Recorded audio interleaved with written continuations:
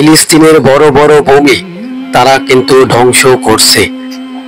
ঈদের দিনে বিশ্বের ভিতরে মানুষ ঈদ করছে, আর ফিলিস্তিনের নিরীহ মানুষ তারা লাশের মিছিল করছে।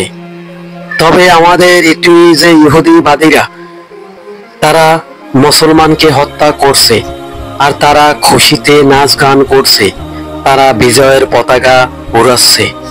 আসলে এটি কি কোনো যুদ্ধের লক্ষণ?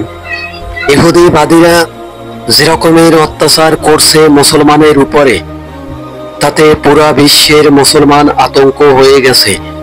সামান্য একটি ছোট রাষ্ট্র মিলে এই রকমের ইহুদিবাদীরা ধ্বংসাস্ত্র চালাইছে যে ফিলিস্তিনের মানুষ সব আতঙ্ক হয়ে গেছে, এবং পুরা বিশ্বের মুসলমান তারা বলছে যে যুদ্ধ দেখেছি, এরকম ভয়াবহ যুদ্ধ কোনোদিন দেখি নাই।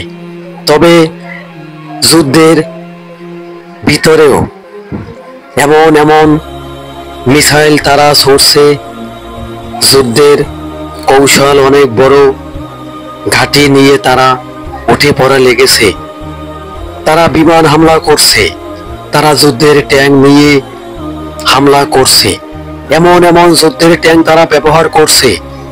ফিলিস্তিনের নিরীহ মানুষ তাতে পুরা ধ্বংস হয়ে গেছে, এবং ফিলিস্তিন শহরটা আতঙ্ক হয়ে আছে। যারা বেঁচে আছে তারা বলছে যে এই মিসাইল এমন এমন জায়গায় তারা হালাইছে। সাধারণ মানুষ যারা বেঁচে আছে তারা বলছে আমরা হয়তো আর কিছুদিন সময় বেঁচে আছি, এবং আমাদের উপরে না জানি কখন এই মিসাইলের আঘাত পড়ে।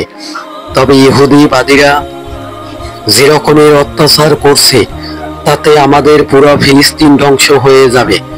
ফিলিস্তিন এমন একটি ফিলিস্তিন, এই ফিলিস্তিনে হাসরের মাঠ হবে, কিন্তু তারা হাসরের মাঠ এখনই শুরু করে দিছে। যেরকমের ধ্বংসত্ব চালাছে, পুরা ফিলিস্তিনের ভূমির ভিতরে একটি বিল্ডিং দাঁড়ানো নাই, তা কিন্তু মিসাইল মেরে মাটির সাথে ধুলায় মিশিয়ে দিছে ইহুদি।